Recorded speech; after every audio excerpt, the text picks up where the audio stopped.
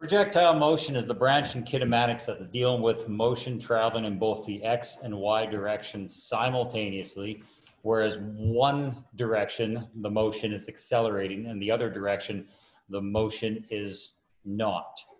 So for instance, in the case of throwing a ball to your friend, or just throwing a ball in general, when you throw a ball through the atmosphere, you're going to notice it makes an arc shape like this. As you throw it to your friend, it's going to go up as it moves forward, and then eventually it will come down. So as it goes through that motion, the up and down motion, horizontally, there is no acceleration. So it is traveling with uniform motion. It's not speeding up, it's not slowing down. We know in reality there's a slight bit of air drag, but for slow speeds, air drag's not significant enough to really affect our physics. But we know vertically, as you throw the ball to your friend, as it's going up in the atmosphere, it is slowing down. Once it gets to maximum height, it stops for a moment, but then it starts to speed up on the way back down. The key thing to remember is at maximum height, if you're doing this projectile motion like so, at its maximum height, there is no vertical velocity, right? It stops vertically because it has to stop going up and then start going down again. So this is a key point when we're trying to figure out how to solve projectile motion problems. It's a variable that is just known. But the whole time the x velocity remains the same. So what does that mean in problems? It means a lot of math, unfortunately. So let's look at this problem right here. It says, suppose you're standing on the top of the school and you throw a football with a speed of 15 meters per second at a 20-degree angle of incline. If the school is 10 meters tall, what is the range of the ball when it hits the ground? And what is its final speed? So we're looking for two things here. We are looking for the range, and the range is your displacement in the x direction and just your x direction. So typically you would just take kinematic equation number 3 and only use the first part of it because there is no acceleration in the x direction. So all you have to find the range is this. For part B, when it asks for its final speed, you have to take into account that for final speed, we have to consider what the final speed going down is, as well as the final speed moving forward. So that projectile is working in 2 dimensions. We still need to find the final speed in that regard. We're just not going to bother with our actual angle, which would make it our final velocity, but we're going to solve it pretty close to a velocity. So I often recommend that when you do projectile motion that you draw it out, so it doesn't have to be to scale. So we're on top of the school and we throw the ball. We throw the ball, it goes like this, and like that hits the ground.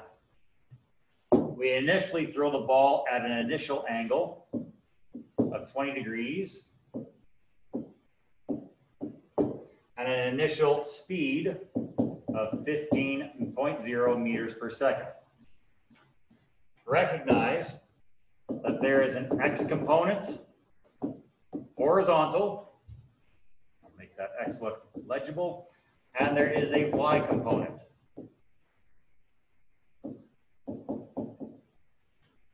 All right, so there is 2 components to this. They got attached. I typically recommend that whenever you start a projectile motion problem, always break down what your initial velocity is in the y and what your initial velocity is in the x. Do that right off the bat. So initial velocity in the y is your initial velocity multiplied by sine of the angle of incline. So that means we're just going to take the 15.0 meters per second. We're going to multiply it by sine of 20 degrees. And if you plug that in your calculator real nice and quick, you'll probably get an answer of 5.13. Typically, I recommend that when you're doing trig, that you keep a few more digits in your calculator. In fact, don't simplify your answer inside your calculator. Keep it as a whole answer. All right, so in the x direction, Same idea. You take your initial velocity and you multiply by cos of the angle of incline. So that'll give you your x value for the actual velocity. So 15.0 meters per second multiplied by cos of 20 degrees. And your x velocity, which will not change, because again, we assume in kinematics that air drag is not really significant enough to make a difference. So there is no acceleration in the x. That value is set in stone for the entire duration of the problem. This value is going to change as the problem proceeds. So what do we know? We're looking for our range. Our range is dx, which is going to be the distance from starting point to ending point, wherever that might be.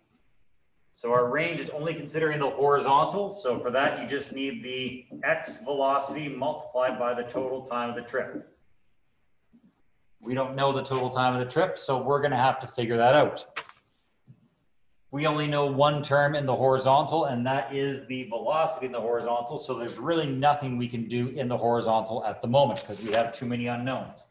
We cannot solve for dx if we don't have our time. But we do know a few things about this system. We know that we have a height. So our height of our, drawn a sideways h there, of our building is 10 meters, so 10.0 meters. You could also call that our delta D in the Y from our ground level if you want. It's 10 meters up in the atmosphere. We know what our initial velocity is given to us right there. And we know that at its highest point, so that's this spot right here, as it travels upwards, it is slowing down to the point where at this green dot at the very top, we only have horizontal velocity, which is blue. We only have horizontal velocity. At that green dot there, my velocity in the y is 0 because it stopped going up. So we can use that to our advantage when we're trying to figure out time. So we're going to find the time to go up. So we're going to work in the y direction. In the y direction, I'm going to define going up as positive. I know my acceleration in the y direction is going to be negative 9.81 meters per second square, or negative g, just to keep the math a bit easier. And I'll restate it that I know that my final velocity in the y, when we're going up, again, cannot stress this enough, we're going up, my final velocity in the y is going to be 0. So we're ignoring the fact that we're still moving forward. So once I've got that all figured out, I'll probably use equation number 1. Equation number 1, kinematic equation number 1 says my final velocity is equal to my initial velocity plus my acceleration, all multiplied by my change in time. And this is my change in time to go up into the air at the highest point. This is a vertical acceleration. This is my vertical initial velocity, and I'm looking for my vertical final velocity. Again, this guy is 0, so that makes life a lot easier. And this guy right here, I know is a negative g. So if I actually put those two values in, the math actually breaks down a lot easier. I know I'm going up, so I'm just going to consider that a positive value and drop the vector symbol. I know that this guy is negative g multiplied by my time. And if I do a quick little manipulation of my equation, I can solve for my change in time to go up if I bring this to the other side by addition, and then just divide both sides by g. I can solve for a time to go up to be my initial velocity or initial speed at this point going up divided by my magnitude of my gravitational field or Earth's acceleration of gravity. So that's an equation that I use very often for finding the time it takes to go up. So you'll probably want to do that too. It comes from equation number 1. So if I plug in my numbers that I calculated a little bit ago, my velocity was 5.13 meters per second going up divided by my 9.81 meters per second square. Again, because I've already taken into account for the fact that it's negative, therefore I write it down here as a positive number. Do a little bit of mathematics, and you'd solve for your time to go up to be 0.523 approximately seconds. Now, This question is not symmetric, which means the time it takes to go up, I'm going to use pink, the time it takes to go up is not going to be the same as the time it takes to go down, right? The time to go up is different than the time it takes to go down. It is not a symmetric problem. So your time to go up is not equal to your time to go down, right? We're going down longer than we're going up. So I have to figure out now my time it takes to go down. But in order to figure out the time it takes to go down, I would probably need to know how far down I go. What is my displacement to go down, starting from the very highest point in that magenta there. Now I know it is 10 meters to start with from the ground, but I also go up a little ways. So if I determine how high up it goes, I can add that to my original height, which I wrote in vertically for some reason, and I can find my total distance to go down. So I need to figure out what my distance to go up, I'll change color again. I need to figure out my distance going up to its maximum height, add that to 10, so I can find my distance to go down. So that's equal to my going up plus 10 meters. And I'll rewrite that down below. All right, so I need to find that, and then it becomes a free fall problem. So I'm still going to be going upwards. All right, I'm still going up. I'm just going to make a little, all this still apply. Whoa, what just happened? I have a board that has a mind of its own. So I'm still going to use all of this information. All right, I'm still going up.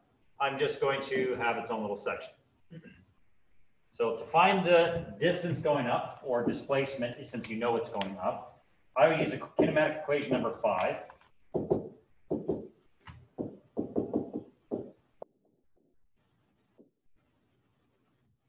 draw an A that's legible. And my displacement going up.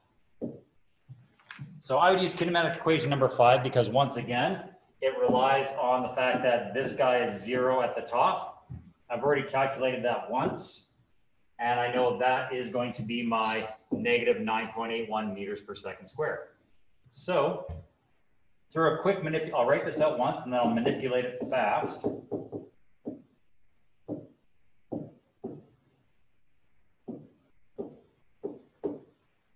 Right, so I'm going to assume that everything's going up with the exception of my gravity, which is where that negative came from. So I won't bother with the vector symbols. I've taken account for its direction. If I bring this guy to the left-hand side, it will become a positive value and then just divide by 2g.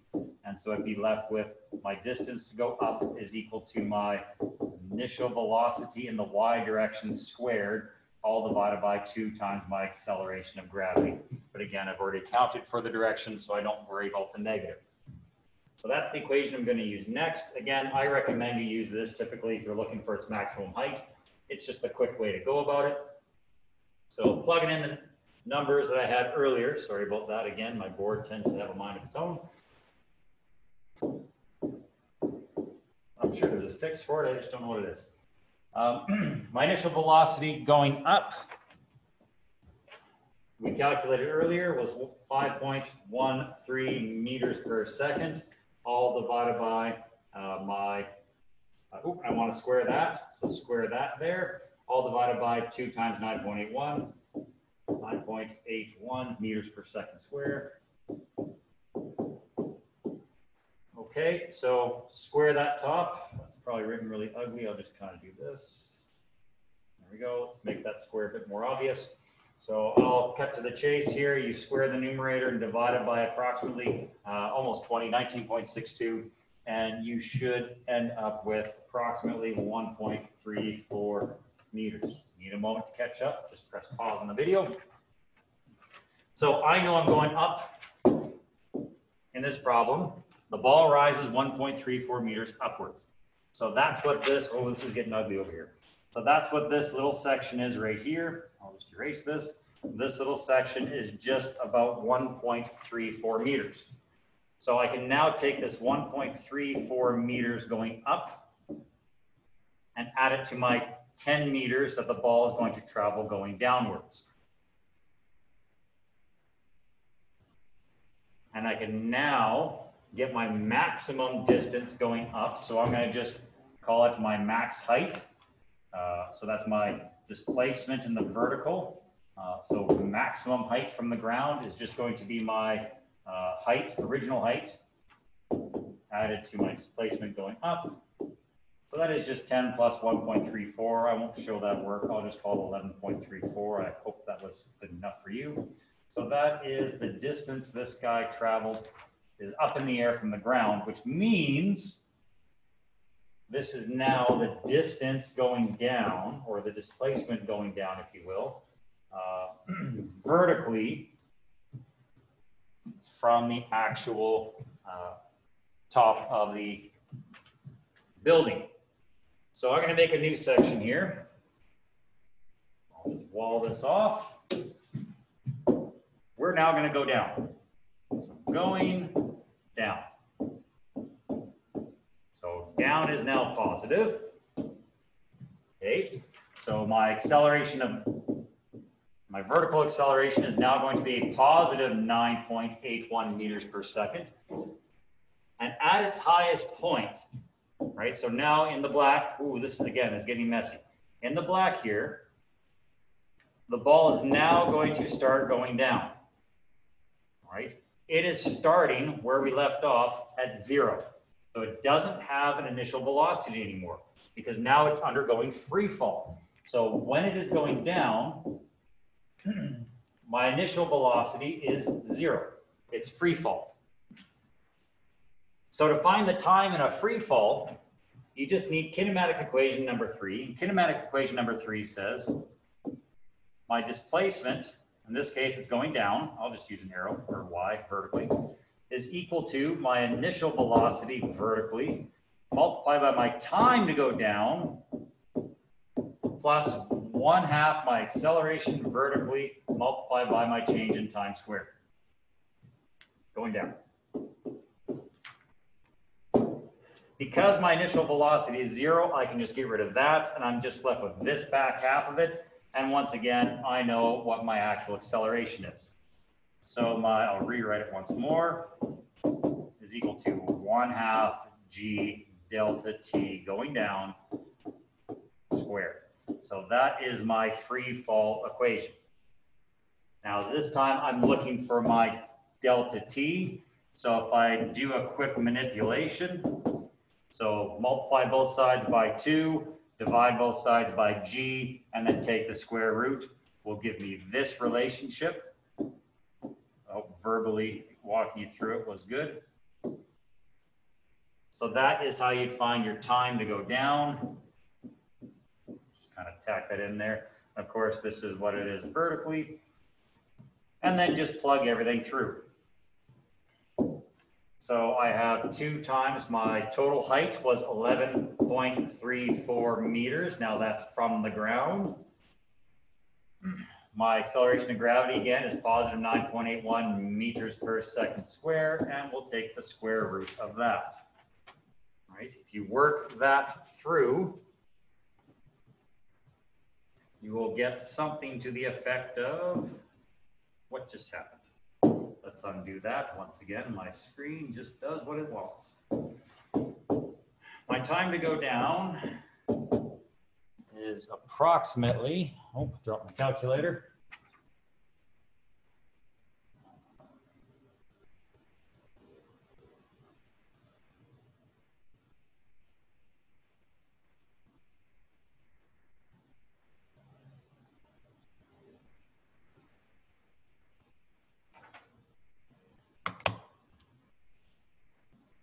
Get approximately 1.52. Oops, seconds. And I just pause this video real quick.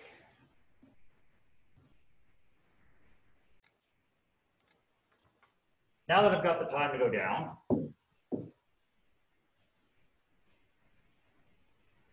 I can find the total time. So I figured out the time to go up. I can now determine that the total time the ball is in the air is just a sum of my time to go up added to my time to go down. What goes up must come down. Since the time to go up isn't the same as the time to go down, to find our total time, we just need to add the two together. My time to go up isn't visible on the screen, so I'll rewrite it down. 0.523 seconds approximately, added to approximately 1.52 seconds. That cursor is a little annoying. Is equal to, I lost my spot. Approximately 0.5 plus 1.5 is about 2. So you'll get somewhere pretty close to 2.04 seconds. And again, I'll just kind of remind you, I have all these numbers in my calculator to many, many decimal places. I typically only show the 3 digits, and I round the 3 digits that are visible to you. Okay, I've got my total time. Last thing to do for part A. If you remember from long, long time ago at this point, oh, it's even written over top. I'm looking for my range. So my range is just my x, and so therefore I just need my velocity in the x, which I haven't used yet. I found it, but I haven't used it yet. So 14.1 meters per second, and I need my total time. So that is my last little bit here in my x direction. So in my x direction, that's just a small little part, so I'll put it in its own little category here. So in the x direction, my acceleration in the x is equal to 0. So all I really have to do at this point is my range is equal to my x velocity going forward multiplied by my total time. So that just means I take my 14 point, I think it was 0.095 or something, meters per second multiplied by approximately 2.04 seconds, and we will get a range of about 28.8 meters, almost 30 full meters. Pretty close to 100 feet if you want to go back to Ontario. Like probably is exactly 100 feet. I forget the exact number to convert. So that's my range. Done. That's a lot of work for one little piece of information. You might want to watch this video again. The last little bit, the part B, if you will. What is the final speed? So I brought it up to you earlier and said that your final speed is going to have to be a combination of your speed going downwards vertically and the speed going horizontally. So the speed horizontally is not changing. There is no change in your horizontal velocity. It's going forward, unchanging. But it's speeding up as it's going down. It is going down for a total of 11.34 meters, if you remember. That's what we determined. So we have to figure out how fast it's going on the way down. But I have a bit of a shortcut for this part. So still in the category of going down. So I like to keep my stuff boxed in certain categories. So for this one, we know that again, my initial velocity going down is 0. My acceleration going down is positive. And I've got the time to go down as well as the total distance going down. So I will recognize that this equation, final velocity going down squared, is equal to my initial velocity going down squared plus 2 times my acceleration going down vertically multiplied by my maximum height going down. So my distance going down, if you will. Now, I'm using this equation because I know that, as I pointed out before, equation number 5, kinetic equation number 5, I'm sorry for going up and down, that I am doing Pythagorean theorem in the end. I'm looking for this final velocity. The equation I wrote down just now, one more time, is just for the y component. So I am going to have to do Pythagorean's theorem. If you remember Pythagorean theorem, c squared is equal to a squared plus b squared. So that means I'm going to have to square my term anyhow if I'm going to do Pythagorean theorem. I like equation 5 for that exact reason.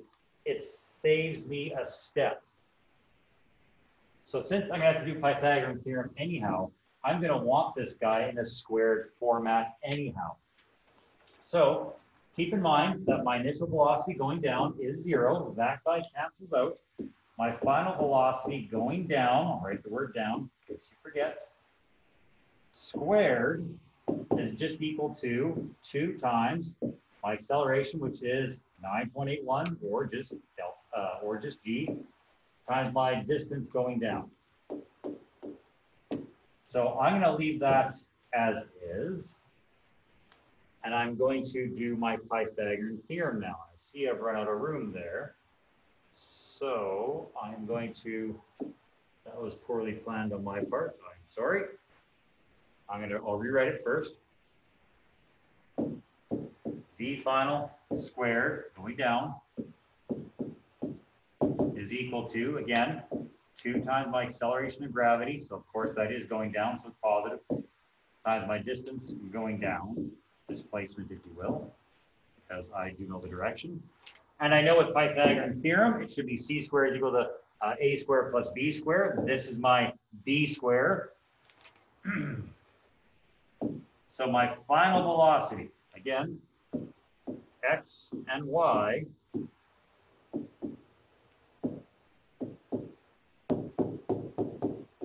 I want this final velocity. My final velocity, I guess it asks for speed, but I still have to do this Pythagorean theorem, is equal to my x squared plus my down squared, all in the square root. That is your Pythagorean theorem. So I never did solve for this numerically, because what that does, and this is my shortcut, it changes my overall equation for this type of question where I actually know my distance going down. I never once have to actually solve for my final velocity in the downward direction. I can combine my x and my y in this way because that's the whole purpose of Pythagorean theorem, combining your x and your y information. Or jumped again. So the final speed, or the magnitude of my velocity, which is really what the question should have said, would consist of my x component, 14.1 meters per second, quantity squared, added to my y component, which is 2 times 9.81 meters per second squared, multiplied by my downward distance of 11.34 meters, quantity. Work those through, and you're probably going to get something pretty close to just a little over 200 there, and that squared is a little under 200. Add them together, you're going to be somewhere in the 400s. Take the square root of that. I say that fast because I didn't actually show my work in my calculator, and you'll get 20.5 meters per second. That is your final speed, or the magnitude of the ball when it finally hits the ground. I think that is the only question I'm going to do in this video, because projectile motion questions tend to take a long time. There's a lot to digest with this video. You might want to watch certain parts of it again to kind of make sense of it. But otherwise, you can send me emails and ask for specifics at your leisure. So thanks for watching. I'm stopping this now.